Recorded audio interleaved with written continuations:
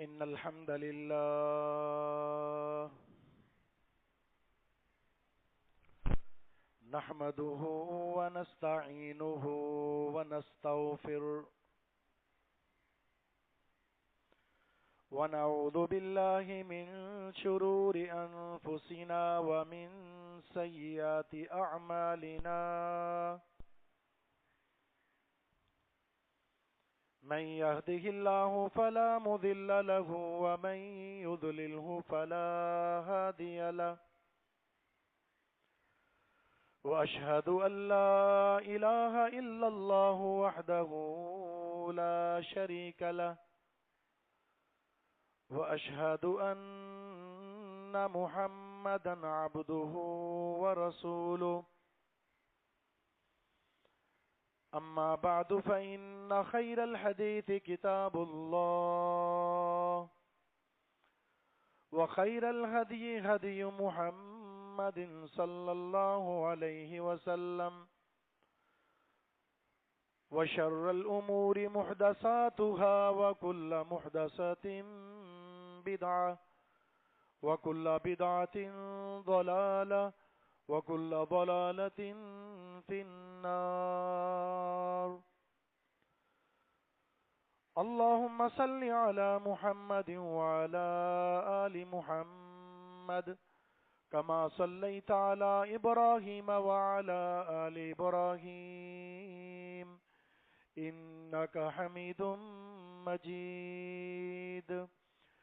اللهم بارك على محمد وعلى آل محمد كما باركت على إبراهيم وعلى آل إبراهيم إنك حميد مجيد.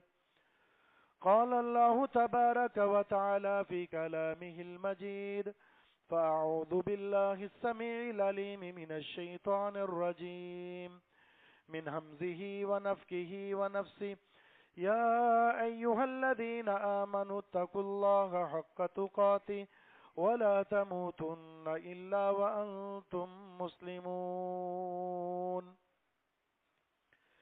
يا أيها الناس اتقوا ربكم الذي خلقكم من نفس واحدة وخلق منها زوجها وبث منهما رجالا كثيرا ونساء واتقوا الله الذي تساءلون به والأرحام إن الله كان عليكم رقيبا.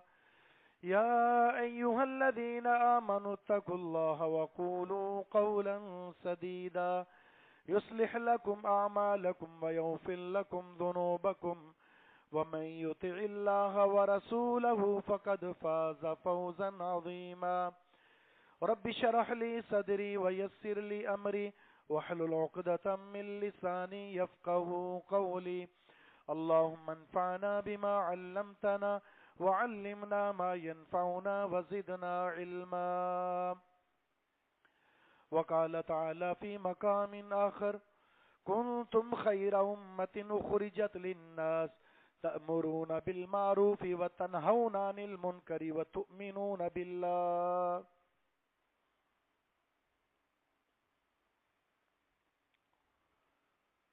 اللہ رب العزت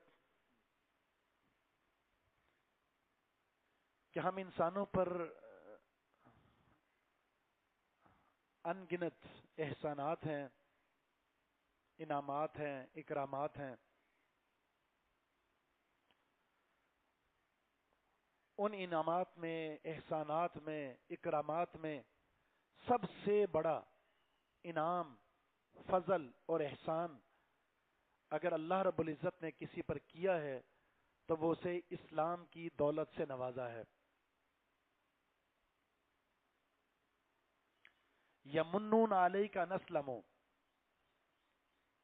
اے پیغمبر یہ آپ پر احسان جتلاتے ہیں آ کر کے یہ مسلمان ہو گئے ہیں. ان کو کہہ دیجئے بل اللہ یمن علیکم، یہ احسان تو اللہ کا تم پر ہے کہ اس نے تمہیں ہدایت دی ہے. اگر آپ کے پاس ہدایت نہیں ہے، اسلام کی دولت نہیں ہے، اللہ کی بندگی نہیں ہے، نظریہ نہیں ہے، تو یقین جانیں انسان وجود کے اعتبار سے تو انسان ہے، لیکن نظریاتی نہ ہونے کی وجہ سے، اسلام نہ ہونے کی وجہ سے، وہ اپنے کردار کی وجہ سے وہ جانوروں سے بھی بدتر ہے۔ بل ہم اضل اولئک کالانعام بل ہم اضل۔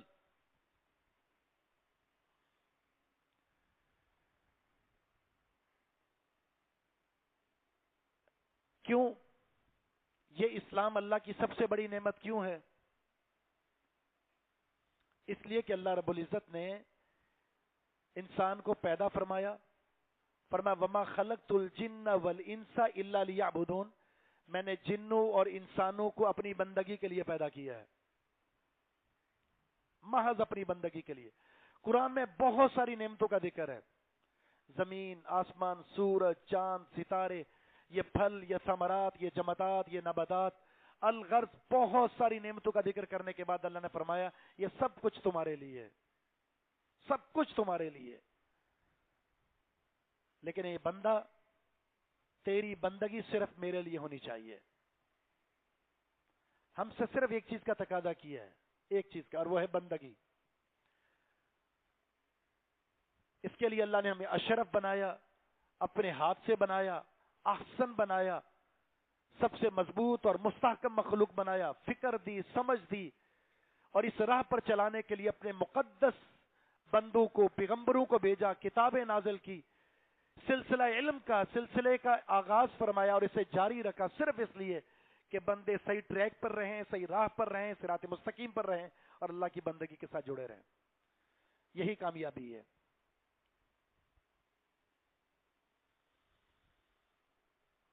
اللہ رب العزت کو ایسا بندہ پسند نہیں ہے۔ کون سا بندہ؟ جو دو چہرے والا ہو، دو راہ پر چلنے والا ہو، دنیا کو بھی خوش کرنا چاہتا ہو اور اللہ کو بھی خوش کرنا چاہتا ہو،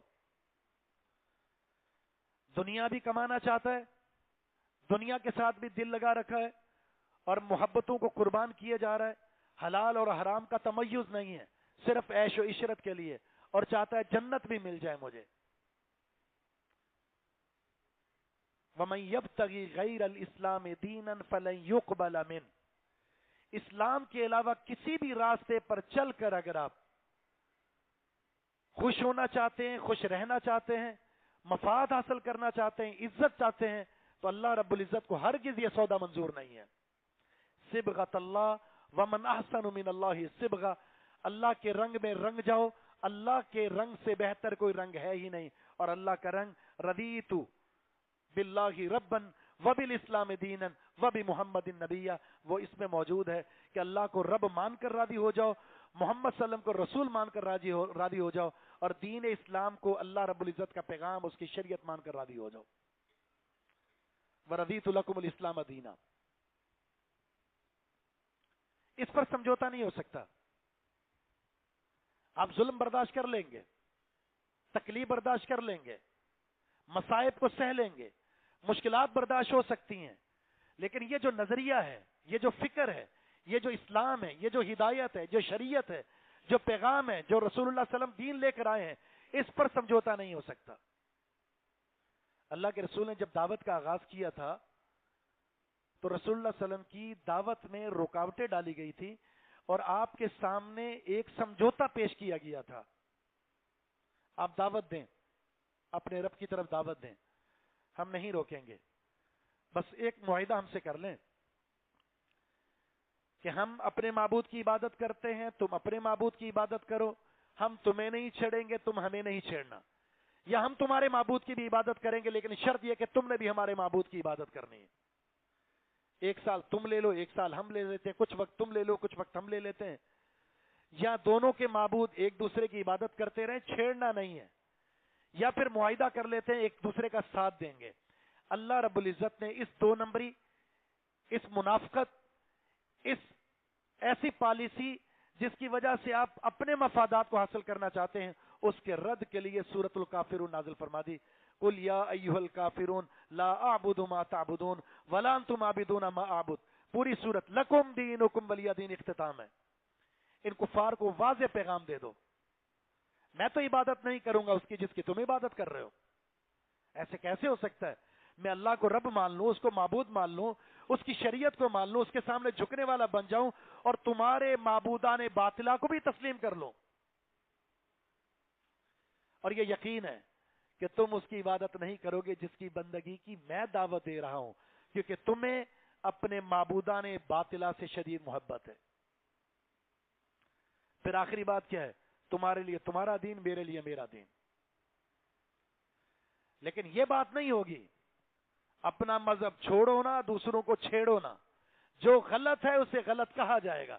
فَمَن يَكْفُرْ بِالطَّاغُوتِ وَيُؤْمِن بِاللَّهِ، ہماری شریعت کا آغاز ہی لا سے ہوتا ہے، پہلے نفی کرنی ہے۔ ہر وہ چیز جو خلاف شریعت ہے، ہر وہ نظریہ جو خلاف شریعت ہے، ہر وہ سوچ جو خلاف شریعت ہے، پہلے اس کا رد ہوگا، اس کے بعد عقیدہ توحید کا اس بات ہے۔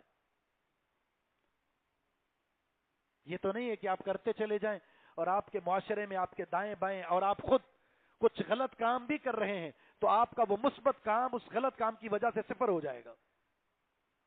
طاغوت کا انکار ہے، پھر اللہ پر ایمان ہے، یہ ہے مضبوط کڑا۔ اس دعوت کو لے کر چلنا ہے۔ اس دعوت کے پیش نظر اگر آپ کو اپنی ریاست چھوڑنی پڑے، اپنی سرزمین چھوڑنی پڑے، اپنا وطن چھوڑنا پڑے، اپنا گھر بار چھوڑنا پڑے، تو شریعت نے ہجرت کے حکم کو فرض قرار دے دیا ہے۔ یہ کوئی عذر نہیں ہے۔ اب دارالکفر میں رہتے ہیں، اسلام کو بھی چاہتے ہیں اور دارالکفر کو بھی راضی کرنا چاہتے ہیں، اور وہاں پر احکامات آپ پر نافذ کیے گئے، جبری قانون، جبری احکامات انگریزوں کے خود ساختہ اسلام کے متصادم ہیں۔ آپ نے ان کو قبول کر لیا کہ ہم نے یہاں رہنا ہے، اور اسلام کے واجب نظریات اور احکامات کو آپ نے ترک کر دیا۔ تو یاد رکھیے آپ کے پاس دو ہی راستے ہیں۔ ایک راستہ یہ ہے کہ یہاں آپ مقابلہ کریں، آپ اسلام پر عمل کرنے کی کوشش کریں، نہیں تو پھر آپ پر ہجرت واجب ہے۔ موت کے وقت آپ کا یہ عذر قبول نہیں ہوگا، یہ عذر قبول نہیں ہوگا کہ مجھ پر عمل کرنا مشکل تھا، میں وہاں عمل نہیں کر سکتا تھا۔ تو فرشتے جب روح قبض کریں گے تو چہروں پر، کمر پر، پیٹھ پر ماریں گے اور کیا کہیں گے؟ اے اللہ کے بندے، تو نے ہجرت کیوں نہیں کی؟ ارض اللہ واسعہ، اللہ کی سرزمین بڑی وسیع تھی، ہجرت کیوں نہیں کی؟ یہ کوئی عذر نہیں۔ نظریے کا تحفظ ضروری ہے۔ زمین قربان کرتے ہو جائے، آپ وہاں سے ہجرت کرتے ہو جائے، مال و متاع چھوڑنا ہے چھوڑ دیں، لیکن نظریہ نہیں چھوڑ سکتے۔ اس لیے تو آپ نے سیدنا معاذ سے فرمایا تھا لا تشرک باللہ وان قتلت او حرقت، معاذ جلا دیے جاؤ، قتل کر دیے جاؤ، منظور کر لینا، لیکن اللہ کے ساتھ کسی کو شریک مت ٹھہرانا۔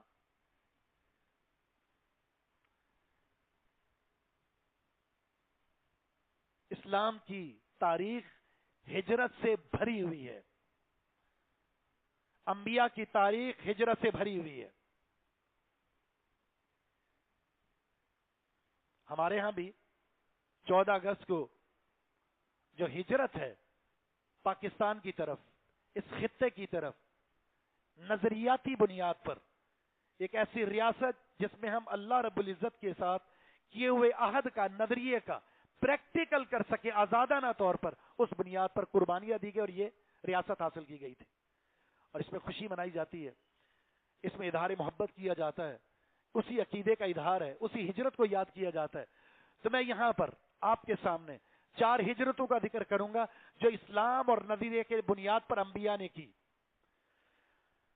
اور ان میں سے 2 اقوام کا ذکر کروں گا۔ ان 4 میں سے عمل ایک ہی تھا چاروں کا، اسلام اور نظریے کی بنیاد پر ہجرت کی، کیونکہ نظریہ مقدم ہے، اسلام مقدم ہے، اللہ کی بندگی مقدم ہے۔ آپ زمین کو چھوڑ دیں، جگہ کو چھوڑ دیں، اس نظریے کا جس قوم نے پاس کیا، اللہ رب العزت نے بڑی ترقی دی، بڑی عزت دی، بڑا مقام عطا فرمایا، اور جس نے اس نظریے کا تحفظ نہیں کیا، جس کو حاصل کرنے کے لیے مشکلات بھی برداشت کی گئی، جگہ بھی چھوڑی اور اذیت ناک زندگی بھی گزاری تھی، اور ہجرت کر کے اسلام پر عمل کرنے کے لیے، بندگی کو اختیار کرنے کے لیے سفر کیا گیا، جب اس کا لحاظ نہ رکھا گیا تو اللہ رب العزت نے کیا کیا عذاب اس قوم پر مسلط کیے۔ ہم اس کا ایک تقابلی جائزہ آپ کے سامنے پیش کرتے ہیں بڑے اختصار کے ساتھ۔ انبیاء کی تاریخ تو ہجرت سے بھری ہوئی ہے، لیکن ان سے صرف چار قصے آپ کے سامنے ذکر کرتا ہوں۔ پہلی ابراہیم علیہ الصلوۃ والسلام کی، اور قرآن میں ابراہیم علیہ الصلوۃ والسلام کی سیرت کا بہت بڑا حصہ موجود ہے۔ اس کی وجہ کیا ہے؟ اس کی وجہ یہ ہماری شریعت کا شریعت ابراہیم علیہ الصلوۃ والسلام کے ساتھ بڑا گہرا تعلق، ہمارے نبی کا ابراہیم علیہ الصلوۃ والسلام کے ساتھ بڑا گہرا تعلق۔ اس لیے یہاں خصوصی طور پر حکم ہے فَاتَّبِعُوا مِلَّةَ ابراہیم حنیفا، امت محمدیہ کو حکم ہے ملت ابراہیم کی اتباع کا، اور ہمیں حکم دیا گیا اور محمد صلی اللہ علیہ وسلم کو حکم دیا گیا یعنی تبع ملت ابراہیم حنیفا، ملت ابراہیم کی پیروی کرنی ہے۔ ابراہیم علیہ السلام نے کیا کیا؟ آزمائش دیکھیں، جس گھر میں پیدا ہوئے وہ بت فروش گھر تھا، جہاں سے بت بنائے جاتے تھے، اور کاروبار اور ذریعہ معاش بھی بت فروشی تھا، بتوں کو بنا کر تراش کر بیچا جاتا تھا، وہی ذریعہ معاش تھا، اور قوم ان بتوں کو پیسوں سے خرید کر اس کی پوجا کیا کرتی تھی۔ اور اللہ رب العزت نے بت فروش کے گھر میں بت شکن پیدا کر دیا، اور گھر کے اندر غیر اسلامی سوچ اور نظریہ، اس کا مقابلہ کرنا سب سے بڑا امتحان ہوتا ہے کہ آپ اپنے گھر کے غیر اسلامی نظریات کا، فکر کا، سوچ کا، عادات کا مقابلہ کریں، اور آپ ایک نظریاتی بن کر سامنے آ جائیں، پورا گھر آپ کے مقابلے میں کھڑا ہو جاتا ہے، نکال دیا جاتا۔ تم بڑے سمجھدار ہو، یہ آبا اجداد سارے گمراہ تھے، سارے بے وقوف ہیں، سارے نکمے، سمجھ صرف تمہیں ہے۔ اس لیے کہ اللہ رب العزت ہدایت کسی کو دے سکتا ہے، یہ ہدایت اللہ کا اختیار ہے۔ انک لا تہدی من احببت، اے پیغمبر جسے آپ ہدایت دینا چاہیں نہیں دے سکتے، ولکن اللہ یہدی من یشاء، ہدایت کا اختیار اللہ کے پاس ہے، جسے چاہتا ہے دیتا ہے۔ اللہ رب العزت گھر کے کسی ایک فرد کو چن لے۔ ابراہیم علیہ السلام کا انتخاب کیا، مقابلہ شروع ہوا، سمجھ بوجھ تو اللہ نے شروع سے دے دی، اب جب ایک شعور کی زندگی کی آئے تو باپ سے مقابلہ شروع کر دیا، اور ادب اور احترام کے دائرے میں رہتے ہوئے قرآن میں یہ کلام بھی موجود ہے جو ابراہیم علیہ السلام نے باپ سے کیا تھا، یا باتی یا باتی یا باتی، اے ابا جان اے ابا جان، چاہے وہ کافر ہے، چاہے وہ مشرک ہے، چاہے وہ ظالم ہے، لیکن آپ بیٹا ہونے کے ناطے سے آپ کا انداز، آپ کا کلام، آپ کی گفتگو باپ کے سامنے ادب کے دائرے میں ہونی چاہیے۔ چاہے جائے کہ وہ مسلمان ہے، مطیع ہے، فرما بردار ہے، اور آپ اس سے بدتمیزی کریں، بدتہذیبی کریں، گالی گلوچ کریں، نظروں میں نظریں ڈال کر اکڑ کر بات کریں، اور آپ اس کا احترام اور اس کا تقدس پامال کر دیں، یہ تو اللہ کو ناراض کرنے والی بات ہے اور اپنے عمل کو برباد کرنے والی بات ہے۔ اور یہ بھی ایک قیامت کی نشانی ہے کہ یہ ہر گھر کا ایک ستم ظریفی کا معاملہ ہے، ماں باپ کے ساتھ جو سلوک ہوتا ہے وہ لونڈیوں والا ہوتا ہے۔ سمجھایا؟ اے بجان، جس کی آپ پوجا کر رہے ہیں نا، نفع نقصان کے مالک نہیں ہیں، وہ سنتے ہی نہیں ہیں، وہ مدد کیا کریں گے؟ پوری گفتگو موجود ہے۔ باپ نے بلاخر کیا کہا؟ ابراہیم باز آ جاؤ، چھوڑ دو یہ طرز عمل، ورنہ میں تمہیں رجم کر دوں گا۔ حالانکہ الفت دیکھیں، باپ اور بیٹے میں کیا محبت ہوتی ہے، لیکن یہ جو نظریاتی انسان ہونا ہے نا، اپنے عقیدے میں، منہج میں پختہ ہونا، یہ دوسروں کو چبھتا ہے، چاہے وہ کتنے بھی اچھے الفاظ استعمال کر لیں۔ موحد انسان، متبع انسان، صحیح منہج اور فکر پر چلنے والا انسان اکثریت کے لیے چبھن کا سبب ہوتا ہے۔ اکثریت کے لیے جتنے آپ عمل میں، جتنے کردار میں، اخلاق میں، توحید میں، منہج سلف میں پکے ہوں گے، اتنے ہی لوگوں کو آپ تکلیف دے ہوں گے۔ لیکن لوگوں کی تکلیف کی پرواہ نہیں کرنی، ان کے جملوں کی پرواہ نہیں کی، ان کی مخالفتوں کی پرواہ نہیں کرنی، وہ آپ کو مارتے ہیں، وہ آپ کو نکالتے ہیں، تو آپ کے لیے سب سے بہترین نمونہ محمد الرسول اللہ صلی اللہ علیہ وسلم ہے۔ کائنات میں، پل کے پوری مخلوق میں آپ سے زیادہ مقدس کوئی شخصیت ہے ہی نہیں، آپ سے عظیم کوئی شخصیت نہیں ہے۔ کیا اس نظریے کی بنیاد پر آپ کو گالیاں نہیں دی گئی، آپ کو برا بلا نہیں کہا گیا، آپ کو قتل کی دھمکیاں نہیں دی گئی، آپ کو زخمی نہیں کیا گیا، آپ کو جلا وطن نہیں کیا گیا؟ سب کچھ کیا گیا، لیکن آپ نے ذرہ برابر بھی توحید میں، بندگی میں، دعوت میں، حق کے بیان میں کوئی مداہنت اختیار نہیں کی۔ یہ کیا ہوتا ہے؟ یہ کون سی پالیسی ہے؟ یہ کوئی حکمت عملی نہیں ہے۔ اپنے مفاد کی خاطر، اپنے مفاد کی خاطر، اپنے عہدے کی خاطر، لالچ کی وجہ سے، پیسوں کی وجہ سے، عزت حاصل کرنے کے لیے، شہرت حاصل کرنے کے لیے، واہ واہ وصول کرنے کے لیے، لوگوں کو اکٹھا کرنے کے لیے اپنی دعوت کے اندر مداہنت پیدا کر دیں، اور اس طرح کی گول دعوت کریں جس سے یہ پتہ ہی نہ چلے کہ آپ اللہ کی طرف دعوت دے رہے ہیں یا اپنی طرف دعوت دے رہے ہیں۔ اس طرح کے نام نہاد سوشل میڈیا پر یا ویسے ہی آپ کو ایک دعات کی ایک لمبی فہرست ملے گی، لیکن اللہ کے رسول کا منہج، قرآن کا منہج، مخلص اور نظریاتی کا منہج یہ ہے کہ آپ دعوت توحید میں کوئی سمجھوتا بیان نہیں کر سکتے، کوئی سمجھوتا نہیں۔ یہ کون سی دعوت ہے؟ اللہ خالق ہے، اللہ مالک ہے، اللہ رازق ہے، یہ عقیدہ توحید نہیں ہے۔ یہ تو وہ معاملہ ہے جس پر کسی کا کوئی اختلاف ہی نہیں ہے، مشرکین مکہ بھی مانتے تھے۔ آپ نے جو مختلفی قسم ہے وہ نظریاتی اعتبار سے وہ عقیدہ توحید، توحید الوہیت واسماء و صفات، اس کو بیان کریں اور بدعت کی اقسام بیان کریں، شرکیات کی اقسام بیان کریں، تو آپ کو پتہ چلے گا آپ کتنے مخلص ہیں اور کتنے نظریاتی ہیں۔ پیارے پیغمبر علیہ الصلوۃ والسلام، آپ نے دعوت پیش کی، آپ کو گالی گلوچ اور سب کچھ برداشت کیا، تو ہمارے لیے بھی اسی کو برداشت کرنا۔ تو باپ اور بیٹے کا مکالمہ دیکھیں، گفتگو جاری ہے، باپ نے دھمکی دے دی، کیوں؟ عقیدہ توحید بیان کیا۔ یہ کچھ نہیں کرتے، یہ ختم ہے، یہ اپنے ہاتھوں سے بنائے ہوئے ہیں، نفع نقصان کا مالک اللہ ہے، یہ کچھ نہیں کر سکتے۔ یہی بات اگر وہ ولی اللہ جو اللہ کی بندگی کرتا تھا وہ فوت ہو چکا ہے، وہ قبر میں ہے، وہ مٹی میں مکس ہو چکا ہے، اگر ہم یہ کہتے ہیں کہ قبر والے نہیں دیتے، ان مزارات پر جانا حرام ہے، یہ شرک ہے، یہ اسلام میں اس کا کوئی تصور نہیں ہے، قبر کو پکا کرنا، بلند کرنا، عمارت بنانا، اس پر لکھنا سب حرام ہے، اگر یہ بات بیان کر دی جائے تو کہتے ہیں کہ یہ شدت پسند ہے، کہہ دیا جاتا ہے کہ اولیاء کا گستاخ ہے، یہ ائمہ کو نہیں مانتا، جبکہ یہ خالص دعوت ہے جو کتاب و سنت کی ہے، جس کو دل و جان سے تسلیم کرنا چاہیے، نہ کہ اس کے مقابلے میں کھڑے ہونا چاہیے۔ اور یہ دعوت پیش کرنے والے بھی چند لوگ ہوں گے۔ بالآخر کیا ہوا؟ گھر تھا، باپ کی محبت ہے، کھانا پینے کا معاملہ ہے۔ ابراہیم علیہ السلام نے کیا نظریے کو چھوڑا یا گھر کو چھوڑا؟ گھر کو چھوڑا۔ اس کے بعد قوم کو سمجھایا، قوم نے مخالفت کی، بادشاہ کو سمجھایا، بادشاہ نے مقابلہ کیا، لیکن دلائل میں کوئی کامیاب نہ ہو سکا۔ آخر میں جو قوم کا فیصلہ بادشاہ کے ساتھ یہ تھا، حرقوہ وانصروا آلہتکم ان کنتم فاعلین، اگر تم کچھ کرنا چاہتے ہو تو آخری راستہ یہ ہے، ابراہیم کو جلا کر جان چھوڑو، اپنے معبودان باطلہ کی مدد کر لو۔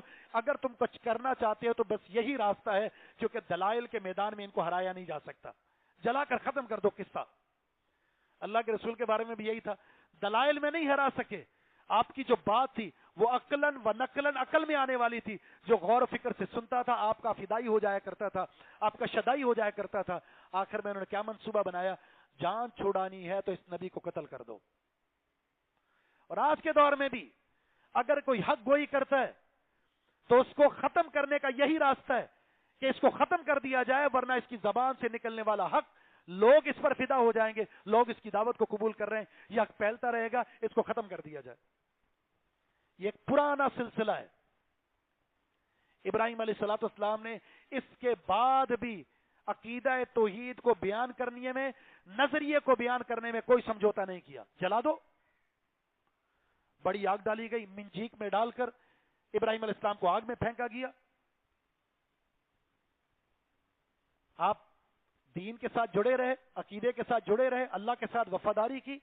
بھئی جس آگ میں ڈالا جا رہا ہے وہ آگ کس کی مخلوق ہے؟ اللہ کی۔ اللہ نے فرمایا قُلْنَا يَا نَارُ كُونِي بَرْدًا وَسَلَامًا عَلَىٰ ابراہیم، اے آگ تو میری مخلوق ہے اور تیرے اندر میرا ایک محبوب بندہ آیا ہے، اس کے لیے نہ گرم ہونا ہے نہ ٹھنڈا ہونا ہے، سلامتی والی بن جا۔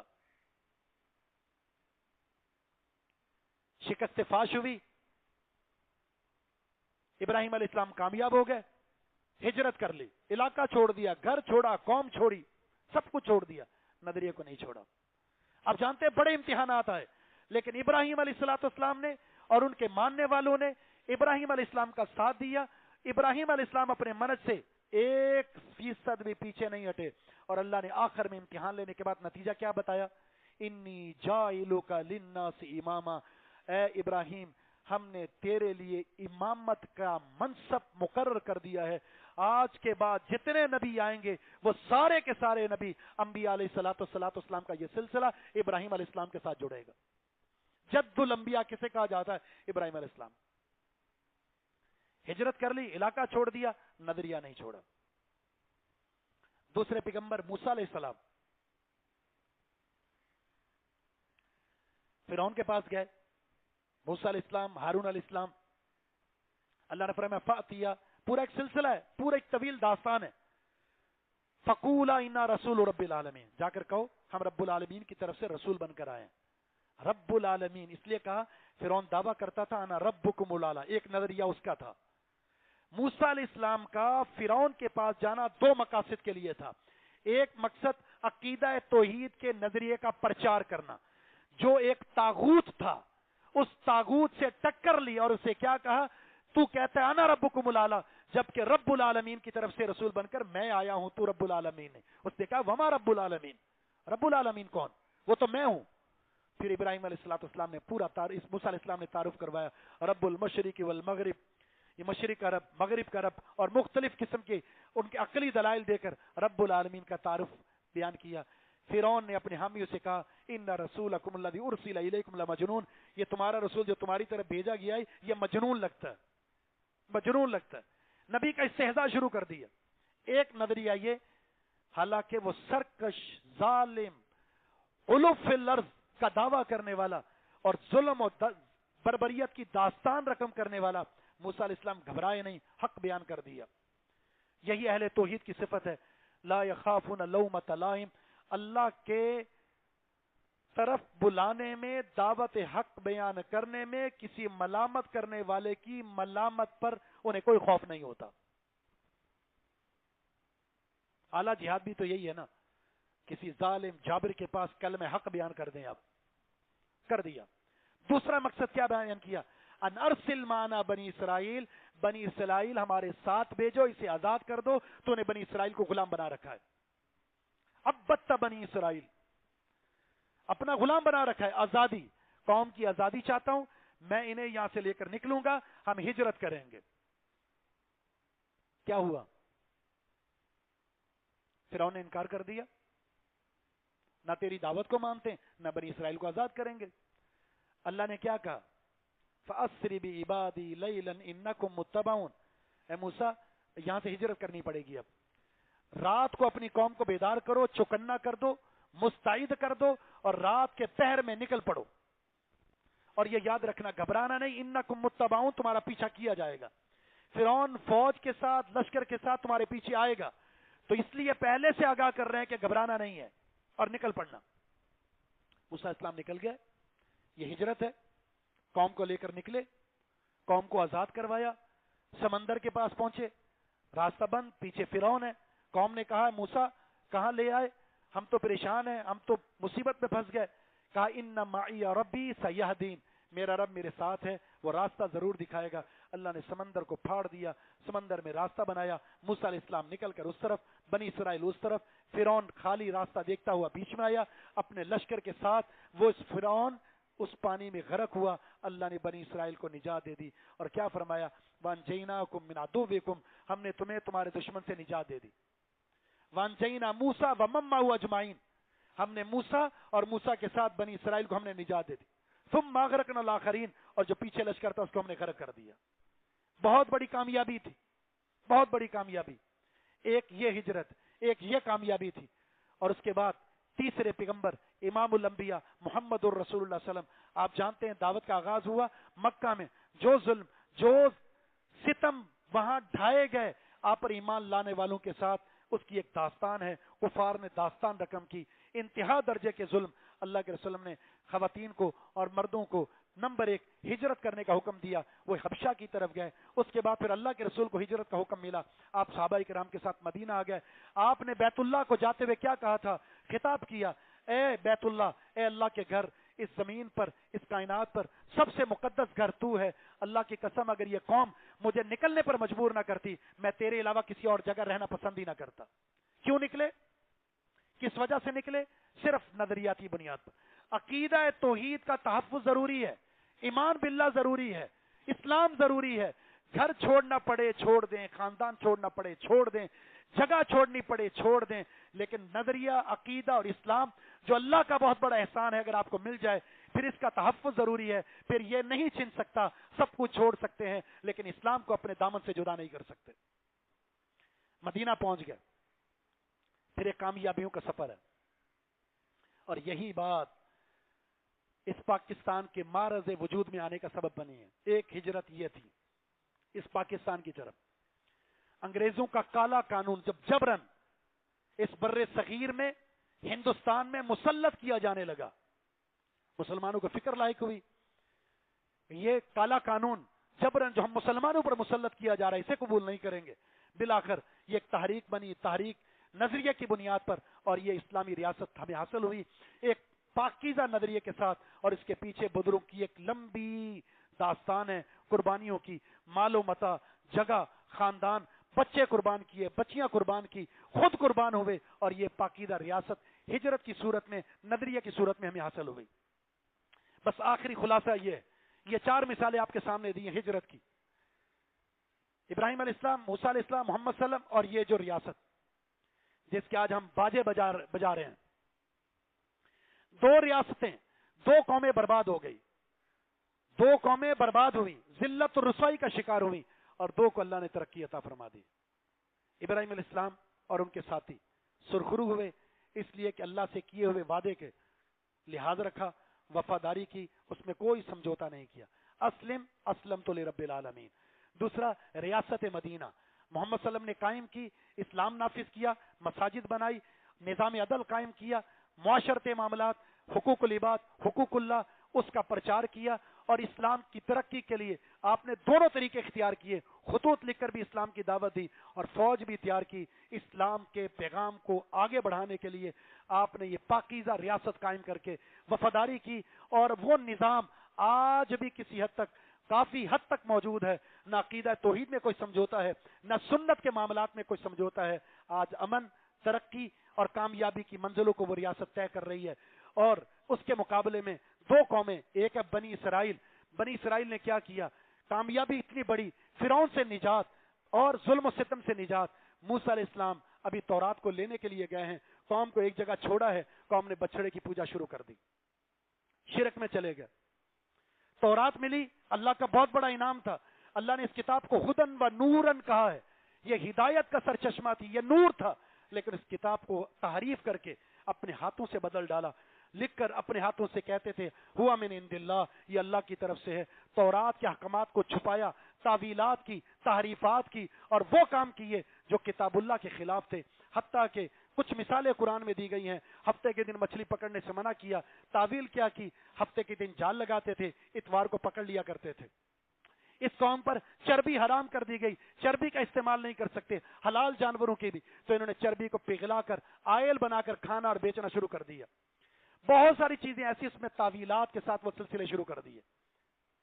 حالانکہ انعام کیا تھے, من و سلوا آتا تھا, بادل سائے کرتے تھے.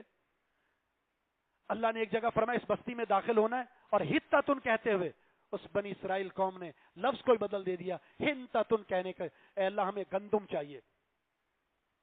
کیا ہوا, اللہ نے کیا فرمایا, یہ جو انعام تھا بہت بڑے ظلم سے بچایا, کالے قانون سے بچایا, غلامی سے بچایا, تمہیں ایک پاکیزہ ماحول دیا, اور تم نے اللہ کی شریعت کو ہی بدل ڈالا, پیغمبر کا مذاق اڑایا, توحید کو بیچ ڈالا, شرک کو قبول کر لیا, اللہ کے احکامات میں تحریف کرنا شروع کر دی. پھر ضربت علیہم الذلۃ والمسکنۃ وباؤوا بغضب من اللہ, کیا مسلط کر دی گئی ذلت. ذلت کیا, مغلوبیت. آپ ذلیل ہو کر رہیں گے, حاکم دوسرے ہوں گے, آپ محکوم بن جائیں گے. جبکہ اس وقت بنی اسرائیل کو کیا کہا تھا, فضلتکم علی العالمین, جہان والوں پر ہم نے تمہیں فضیلت بخشی تھی.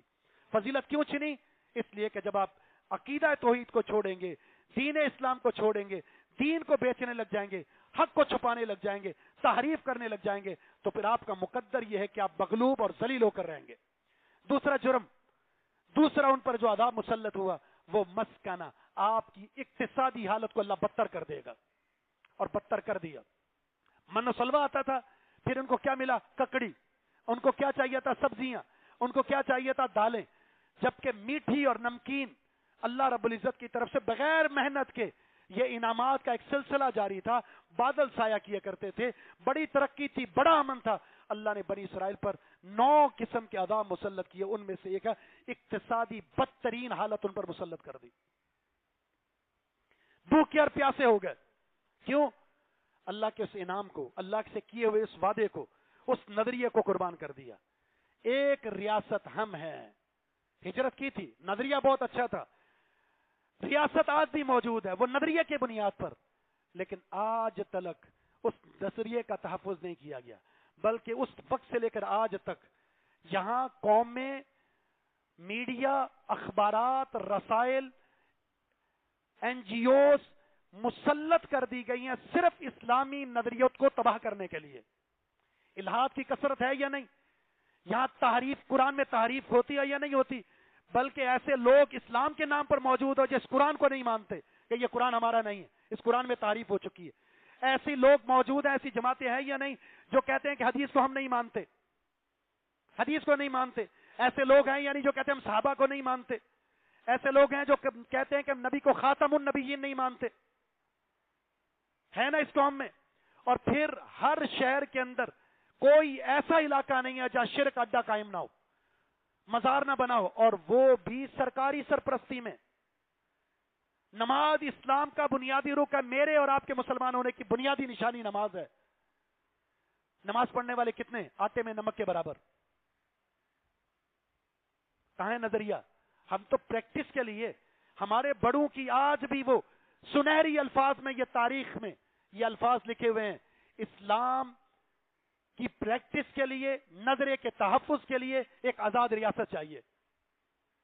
اور ہم تو یہاں آ کر وجود کے اعتبار سے تو آزاد ہو گئے کہ آپ کو ایک ریاست مل گئی، لیکن ذہنی غلامی آج بھی موجود ہے۔